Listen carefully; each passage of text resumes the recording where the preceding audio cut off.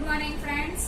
ગયા વિડિયોની અંદર આપણે ગેલિલિયોના પ્રયોગોની આપણે ચર્ચા કરેલી છે અને એ ગેલિલિયોના પ્રયોગના તારણને આધારે સર આઇઝેક ન્યૂટને જે છે તેણે ગતિના 3 નિયમો આપણને આપ્યા છે. આજે આપણે જોવાનો છે ગતિનો પ્રથમ નિયમ. વિદ્યાર્થી મિત્રો, ગેલિલિયોના પ્રયોગના આધારે આપણે શું તારણ કાઢેલું છે કે જ્યારે પદાર્થ અચળ વેગી ગતિ કરતો હોય તો ત્યારે એને કોઈ પણ પ્રકારના અસંતુલિત બળ અથવા તો બાહ્ય બળ આપવાની જરૂર નથી. પણ જ્યારે આપણે ગતિની દિશા બદલવી હોય કે એના ગતિના વેગમાં જો આપણે ફેરફાર કરવો હોય ત્યારે જ આપણે પદાર્થને શું આપવું પડે છે? તો અસંતુલિત બાહ્ય બળ આપવું પડે છે.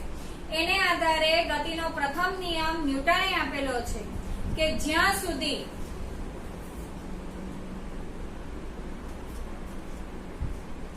પદાર્થ પર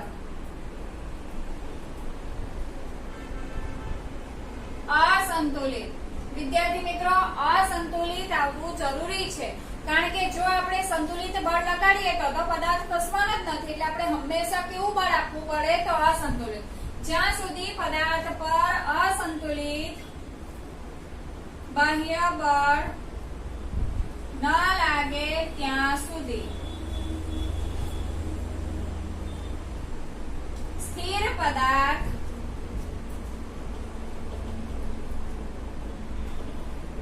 સ્થિર સ્થિતિ અને ગતિમાન પદાર્થ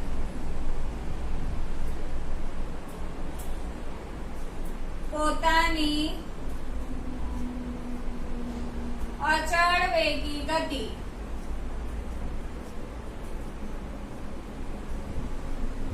જાળવી રાખે છે અથવા તો જાળવી રાખવાનો શું કરે છે? પ્રયત્ન કરે છે. આ છે ન્યૂટનની ગતિનો પ્રથમ નિયમ કે જ્યાં સુધી પદાર્થ પર અસંતુલિત બાહ્ય બળ ન લાગે ત્યાં સુધી સ્થિર પદાર્થ સ્થિર સ્થિતિમાં અને ગતિમાન પદાર્થ પોતાની અચળ વેગી ગતિ ચાલુ રાખવાનો શું કરે છે? પ્રયત્ન કરે છે. ખ્યાલ આવે છે વિદ્યાર્થી મિત્રો? બીજા શબ્દમાં આપણે કહીએ વિદ્યાર્થી મિત્રો કે દરેક વસ્તુ પોતાની અવસ્થામાં ગતિની અવસ્થામાં થતા પરિવર્તનનો શું કરે છે? વિરોધ કરે છે.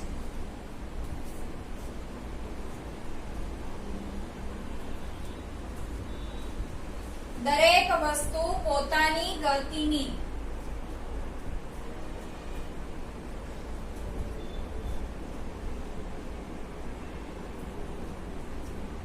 અવસ્થામાં થતા ફેરફારનો શું કરે છે? વિરોધ કરે છે. અને એના વિરોધના આ ગુણધર્મને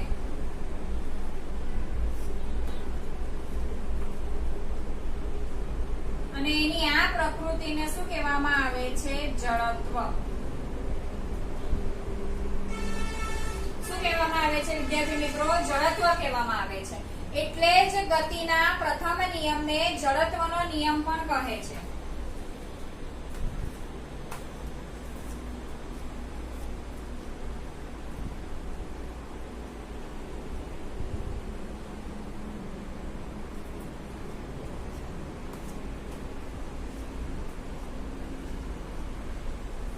ન્યૂટનની ગતિનો પ્રથમ નિયમ જે છે વિદ્યાર્થી મિત્રો એ બળની શું આપે છે? વ્યાખ્યા આપે છે. કારણ કે આપણે કોઈ પણ વસ્તુને ગતિમાં લાવવાનો શું કરીએ છીએ? એટલે કે સ્થિર સ્થિતિ હોય તો બાહ્ય આપણે શું લગાડીએ છીએ? બળ. બરાબર. અહીંયા કોની વાત આવે છે? બળની વાત આવે છે. એનો મતલબ કે ન્યૂટનની ગતિનો પ્રથમ નિયમ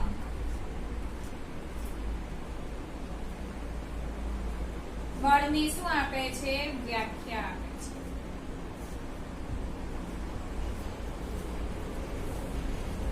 તો ગતિના પ્રથમ નિયમ પરથી વિદ્યાર્થી મિત્રો આપણે આટલું જાણી શકીએ છીએ.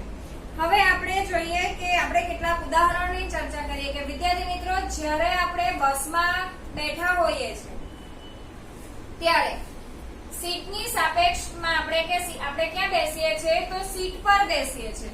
તો સીટની સાપેક્ષમાં આપણે કેવા છે વિદ્યાર્થી મિત્રો? તો આપણે સ્થિર છે. બરાબર. હવે જ્યારે આપણે ક્યાં સુધી સ્થિર છે? બસ ગતિમાં છે. બરાબર. આપણે સીટ પર બેઠા છે પણ બસ કેવી છે? ગતિમાં છે. પરંતુ સીટની સાપેક્ષમાં આપણે કેવા છે વિદ્યાર્થી મિત્રો? સ્થિર છે. બરાબર. હવે ડ્રાઈવર શું કરે છે? બ્રેક લગાડે છે. તો તમે એવો અનુભવ કર્યો હશે કે આપણે આગળની તરફ શું થઈએ છીએ? નમી પડીએ છીએ. તો આવું શા માટે થાય છે વિદ્યાર્થી મિત્રો? તો બસ ભલે ગતિમાં છે તો આપણે સીટની સાપેક્ષમાં સ્થિર છે, બરાબર, પરંતુ આપણું જે શરીર છે એ જડત્વને કારણે તો શેની અંદર છે? ગતિમાં જ છે. અને જ્યારે ડ્રાઈવર બ્રેક મારે છે એટલે કે ગાડી ઊભી રહે છે તો આપણું શરીર જે છે તે એ સ્થિર રહેવાના પ્રયત્નનો શું કરે છે? એટલે કે ગતિનો વિરોધ કરે છે. અને ગતિનો વિરોધ કરવાને કારણે એ સ્થિર નથી થઈ જતું, પણ એ શું થાય છે? આગળ નમી પડે છે. અને આગળ નમી પડવાને કારણે જ આપણને જ્યારે ગાડીમાં આપણે બેઠા હોઈએ છીએ ત્યારે આપણે કાર ચલાવતી વખતે સુરક્ષા બેલ્ટનો ઉપયોગ કરવો શું છે? હિતાવહ છે. જેને કારણે બ્રેક લાગતા આપણે આગળ નમી પડતા નથી અને આપણને નુકસાન થતું શું થાય છે? અટકે છે. એટલે કે વિદ્યાર્થી મિત્રો, બસ ગતિમાં છે તો એની સાથે આપણે પણ ગતિમાં છે. ડ્રાઈવર બ્રેક મારે છે તો આપણું શરીર ગતિમાં છે તો એ સ્થિર થવાનો શું કરે છે? વિરોધ કરે છે. જેને કારણે આપણે શું પડીએ છીએ? આગળ નમી પડીએ છીએ. હવે એ જ વસ્તુ આપણે જોઈએ વિદ્યાર્થી મિત્રો, તો આપણે એવો અનુભવ પણ કર્યો હશે કે આપણે બસમાં ઊભા હોઈએ, બરાબર, અને બસ જ્યારે ચાલુ થાય છે ત્યારે આપણે પાછળની બાજુ નમી પડીએ છીએ. એવું શા માટે થાય છે? તો બસ સ્થિર છે તો આપણું શરીર પણ શું છે? સ્થિર છે, બરાબર.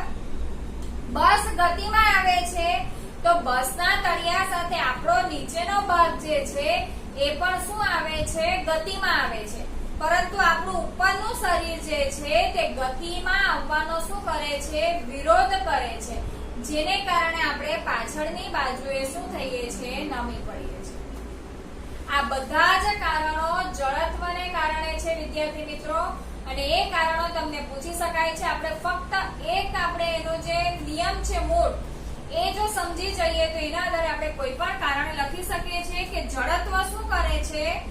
તો પોતાની ગતિની અવસ્થામાં થતા ફેરફારનો શું કરે છે? વિરોધ કરે છે. એટલે કે સ્થિર હોય તો ગતિમાં આવવાનો વિરોધ કરે, ગતિમાં હોય તો સ્થિર થવાનો શું કરે છે? વિરોધ કરે છે. પછી આપણે જોઈએ કે જ્યારે વળાંક આવે છે ત્યારે આપણે એક બાજુએ શું થઈએ છીએ? નમી પડીએ છીએ. શા માટે એવું થાય છે? તો જ્યારે આપણે સ્થિર ચાલતા હોય એટલે કે સ્થિર ગતિ કરતા હોઈએ છીએ ત્યારે આપણું શરીર સ્થિર રહેવાનો શું કરે છે? પ્રયત્ન કરે છે. એટલે કે સ્થિર સ્થિતિમાં હોય છે. પણ જ્યારે ડ્રાઈવર વળાંક લે છે ત્યારે આપણું શરીર સ્થિર સ્થિતિમાંથી હટવાનો શું કરે છે? વિરોધ કરે છે. એ પોતાની સ્થિર સ્થિતિ જાળવી રાખવા માટે કહે છે. જેને કારણે એક બાજુ આપણે શું થઈએ છીએ? નમી પડીએ છીએ. આમ કોઈ પણ વસ્તુ વિદ્યાર્થી મિત્રો ત્યાં સુધી સ્થિર રહેશે જ્યાં સુધી એના પર કોઈ પણ પ્રકારનું અસંતુલિત બળ ન લાગે. ખ્યાલ આવે છે? અને બીજી વસ્તુ આપણે જોઈએ તો જડત્વની આપણે સમજૂતી લઈએ. બધા જ વિદ્યાર્થી મિત્રો આપણે કેરમ તો રમતા જ હશો. આપણે કેરમની થપ્પી બનાવીએ છીએ અને જો કોઈ એકદમ સારો ખેલાડી હોય તો એ ફક્ત નીચેની કૂકીને જો મારે તો નીચેની કૂકી જ ગતિ કરશે અને બાકીની ઉપરની કૂકીઓ જે છે તે સ્થિર રહેવાનો પ્રયત્ન કરે છે અને ધપ દઈને એ કૂકી બધી ક્યાં આવે છે? તો નીચે બેસે છે. ફક્ત એક જ કૂકી શું કરે છે? ગતિ કરે છે. અને બાકીની જે કૂકીઓ છે એ સ્થિર રહેવાનો શું કરે છે? પ્રયત્ન કરે છે. તો આને આપણે શાના તરીકે લઈએ છીએ? તો જડત્વ તરીકે આપણે લઈએ છીએ. એ જ વસ્તુ આપણે જોઈએ તો એક તમને પાછળ ઉદાહરણ આપેલું છે ગ્લાસની ઉપર પૂઠું છે અને પૂઠાની ઉપર પાંચનો શું મૂકેલો છે? સિક્કો મૂકેલો છે. હવે આપણે કોને ગતિમાં લાવીએ છીએ? પૂઠાને. પણ સિક્કો શું કરે છે? સ્થિર રહેવાનો પ્રયત્ન કરે છે. એટલે પૂઠું ખસી જશે અને સિક્કો ક્યાં પડશે વિદ્યાર્થી મિત્રો? ગ્લાસમાં પડશે. તો એનો મતલબ કે સિક્કો એ સ્થિર રહેવાનો પ્રયત્ન કરે છે અને પોતાની ગતિ જાળવી રાખવાનો પ્રયત્ન કરે છે. જ્યારે પૂઠું ગતિમાં આવે છે ત્યારે સિક્કો ક્યાં પડે છે? નીચે પડે છે. તો આ રીતે વિદ્યાર્થી મિત્રો જડત્વ જે છે તે ન્યૂટનની ગતિના પ્રથમ નિયમ સાથે જોડાયેલો છે. ખ્યાલ આવે છે વિદ્યાર્થી મિત્રો? હવે આપણે આગળ પણ ચર્ચા કરી ચૂકેલા છે જડત્વ અને દ્રવ્યમાનની. જડત્વ એટલે કે દરેક વસ્તુ પોતાની ગતિમાન અવસ્થામાં થતા ફેરફારનો શું કરે છે? વિરોધ કરે છે. બરાબર? આપણે બોક્સ મૂકેલું હોય તો એ બોક્સ સ્થિર છે તો એ ગતિમાં આવવાનો શું કરે છે? વિરોધ કરે છે. જેમ એટલે કે જેમ વજન વધારે, જેમ દળ વધારે તેમ તેનું જડત્વ વધારે. એક ભારે બોક્સ લઈએ અને એક ખાલી બોક્સ લઈએ તો ભારે બોક્સને ખસેડતા આપણને શું લાગે છે? વાર લાગે છે. એનો મતલબ કે ભારે બોક્સનું જડત્વ કેવું છે? વધારે, અને હલકા બોક્સનું જડત્વ કેવું છે? ઓછું છે. એટલે દળ અને જડત્વને સીધો સંબંધ છે. જેમ દળ વધારે તેમ તેનું જડત્વ કેવું? વધારે.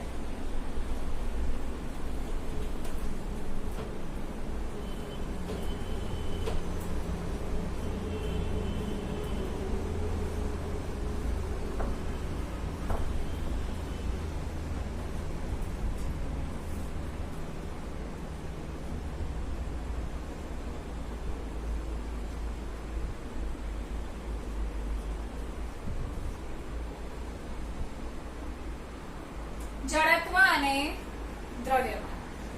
વિદ્યાર્થી મિત્રો, આપણે આગળની જે પ્રવૃત્તિ જોઈ છે તેમાં ભલે એક કૂકીને આપણે ગતિમાં કરીએ છીએ પરંતુ બાકીની કૂકી જે છે તે સ્થિર સ્થિતિ જાળવી રાખવાનો પ્રયત્ન કરે છે, અને જો ગતિમાન અવસ્થામાં હોય તો એ સતત પોતાની ગતિમાન અવસ્થા જાળવી રાખવાનો પ્રયત્ન કરે છે. અને એનો જે આ ગુણધર્મ છે એને શાના તરીકે ઓળખવામાં આવે છે? તો જડત્વ તરીકે ઓળખવામાં આવે છે. કે પ્રત્યેક વસ્તુ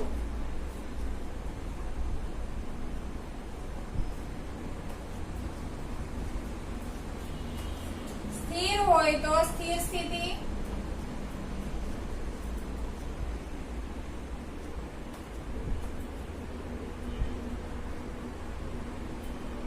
અને ગતિમાં હોય તો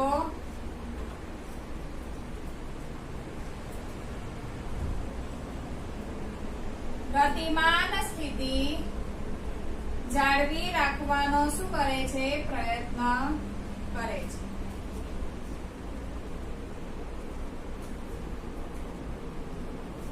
અને આ ગુણધર્મને શું કહેવામાં આવે છે? જડત્વ. હવે જડત્વ અને દ્રવ્યમાન વચ્ચે સીધો સંબંધ છે વિદ્યાર્થી મિત્રો. દળ વધારે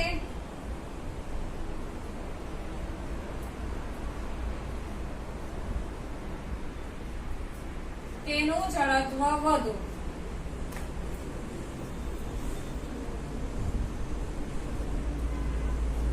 જેનું દળ ઓછું તેનું જડત્વ ઓછું. ખ્યાલ આવે છે વિદ્યાર્થી મિત્રો? તો જેનું દળ વધારે તેનું દળ ઓછું. આપણે લઈએ કે એક હાથલારી છે. હાથલારી છે તે વજનમાં ટ્રેન, એક હાથલારી છે અને એક શું છે? ટ્રેન છે. તો હાથલારીને આપણે થોડું બળ આપીશું તો હાથલારી આગળ ગતિ કરશે, પણ હાથલારીના જેટલું જ બળ જો આપણે ટ્રેનને આપીએ તો તે ગતિ કરતું નથી. કેમ? કારણ કે ટ્રેન વજનમાં કેવી છે? ભારે છે. ટ્રેનનું દળ વધારે છે એટલે એનું જડત્વ કેવું છે વિદ્યાર્થી મિત્રો? વધારે છે. આમ જડત્વ એટલે કે આપણે એના પરથી આપણે નક્કી કરી લીધું છે વિદ્યાર્થી મિત્રો, જેનું દળ વધારે તેનું જડત્વ વધુ અને જેનું દળ ઓછું તેનું જડત્વ ઓછું. આમ જડત્વ એ વિદ્યાર્થી મિત્રો શું કરે છે? તો કુદરતનું એવું વલણ છે કે પદાર્થની સ્થિર કે ગતિમાન અવસ્થામાં થતા ફેરફારનો શું કરે છે? વિરોધ કરે છે. આમ કોઈ પણ વસ્તુનું દ્રવ્યમાન એ તેના જડત્વનું શું છે? માપ છે. અને જડત્વનો એકમ પણ શું છે વિદ્યાર્થી મિત્રો? કિલોગ્રામ છે. ખ્યાલ આવે છે? તો આ છે વિદ્યાર્થી મિત્રો જડત્વ અને દ્રવ્યમાન. હવે આપણે જોઈએ નીચેના પ્રશ્નો.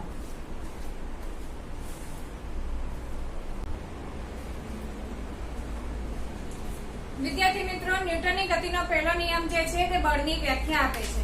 એવું આપણે કેવી રીતે કહી શકીએ છીએ વિદ્યાર્થી મિત્રો? તો આપણે ન્યૂટનની ગતિના પ્રથમ નિયમની આપણે ચર્ચા કરીએ તો એના મુજબ સ્થિર પદાર્થ સ્થિર સ્થિતિમાં રહેશે અને ગતિમાન પદાર્થ પોતાની ગતિમાં એટલે કે પોતાની અવસ્થા જાળવી રાખશે. એ પોતાની અવસ્થા જાતે બદલી શકતો નથી। તો વિદ્યાર્થી મિત્રો, જે બાહ્ય અસર વડે પદાર્થની સ્થિર કે ગતિમાન અવસ્થામાં આપણે ફેરફાર કરી શકીએ છીએ તે અસરને આપણે શેના તરીકે ઓળખીએ છીએ? તો બળ તરીકે। આમ બળ લગાડતા જ પદાર્થની સ્થિર અને ગતિમાન અવસ્થામાં શું થાય છે? ફેરફાર થાય છે, અથવા તો આપણે એને બદલી શકીએ છીએ। આમ ન્યૂટનની ગતિનો પહેલો નિયમ જે છે તે કોની વ્યાખ્યા આપે છે? બળની વ્યાખ્યા આપે છે। હવે અહીંયા વિદ્યાર્થી મિત્રો પ્રશ્ન છે પાના નંબર 118।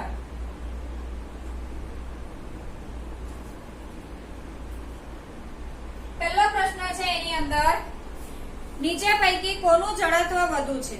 રબરનો દડો અને કેટલા જ પરિમાણ વાળો પથ્થર? તો વિદ્યાર્થી મિત્રો, રબરનો દડો અને એના પથ્થરમાંથી કોનું જડત્વ વધારે છે? તો પથ્થરનું, કારણ કે પથ્થરનું દ્રવ્યમાન કેવું છે? વધારે। બીજામાં છે સાયકલ અને ટ્રેન। તો સાયકલ કરતા ટ્રેનનું દ્રવ્યમાન વધારે છે, એટલે કે બીજામાં શું જવાબ આવશે? ટ્રેન। અને ત્રીજું છે 5 રૂપિયાનો સિક્કો અને 1 રૂપિયાનો સિક્કો। તો 5 રૂપિયાનો સિક્કો, કારણ કે 5 રૂપિયાના સિક્કાનું દળ કેવું છે વિદ્યાર્થી મિત્રો? વધારે છે। બીજું આપણે જોઈએ કે નીચે આપેલા ઉદાહરણમાં દડાનો વેગ કેટલી વાર બદલાય છે તે જાણવાનો આપણે પ્રયાસ કરવાનો છે। ફૂટબોલનો એક ખેલાડી બોલ પર કિક મારીને બોલને પોતાની ટીમના બીજા ખેલાડી પાસે પહોંચાડે છે। બીજો ખેલાડી તે દડાને કિક મારીને ગોલ તરફ પહોંચાડવાનો પ્રયત્ન કરે છે। પ્રતિસ્પર્ધી ટીમનો ગોલકીપર દડાને પકડે છે અને પોતાની ટીમના ખેલાડી તરફ શું મારે છે? કિક મારે છે। સાથે સાથે દરેક કિસ્સામાં બળ લગાડનાર કારક પણ આપણે ઓળખવાનો છે। તો વિદ્યાર્થી મિત્રો,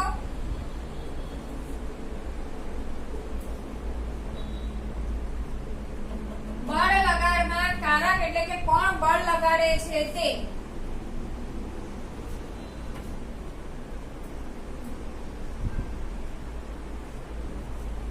અને બોલના વેગમાં થતો ફેરફાર। વિદ્યાર્થી મિત્રો, પહેલા દડો સ્થિર છે, બરાબર। હવે કિક મારનાર એક ખેલાડી,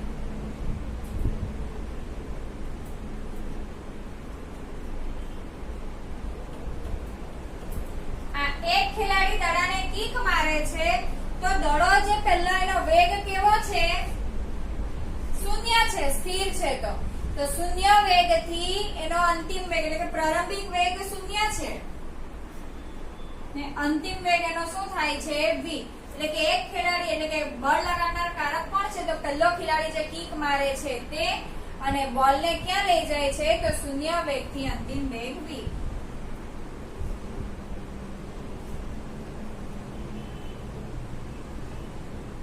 હવે આ એક ખેલાડી દડાને કોની પાસે મોકલે છે? તો બીજા ખેલાડી પાસે મોકલે છે। બીજો ખેલાડી શું કરશે? તો બીજો ખેલાડી ગોલ તરફ કિક મારે છે।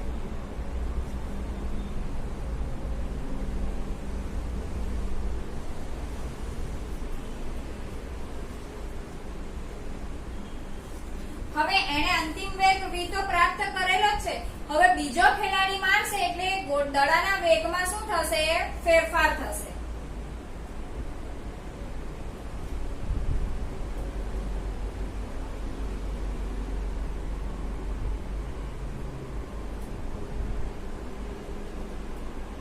હવે આ બીજો કોના તરફ મારે છે? તો ગોલ તરફ મારે છે।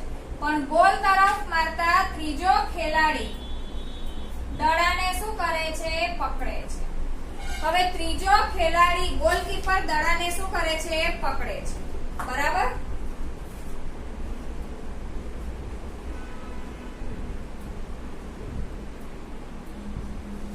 ગોલકીપર વિદ્યાર્થી મિત્રો દડાને પકડે એટલે દડાનો વેગ કેવો થઈ જવાનો? 0।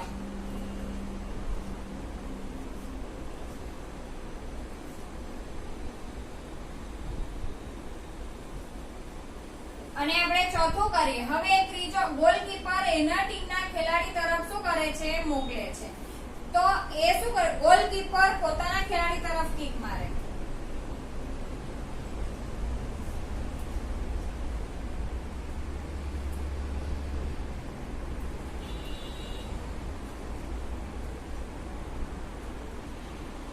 તો એ ફરી વળી પાછું શું કરે છે તો અમુક બળ લગાડીને વેગમાં ફેરફાર કરે.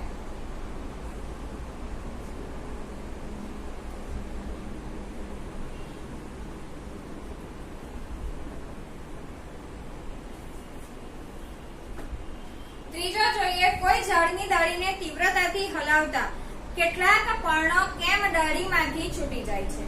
હવે વિદ્યાર્થી મિત્રો, જ્યારે ફળ ઝાડ પર હોય છે ત્યારે ડાળી અને ફળ બંને કઈ અવસ્થામાં હોય છે? સ્થિર અવસ્થામાં હોય છે. હવે આપણે ઝાડને હલાવીએ તો ડાળી અને ફળ જે છે કે ડાળી પરના પર્ણો જે છે તે સ્થિર રહેવાનો શું કરે છે? પ્રયત્ન કરે છે.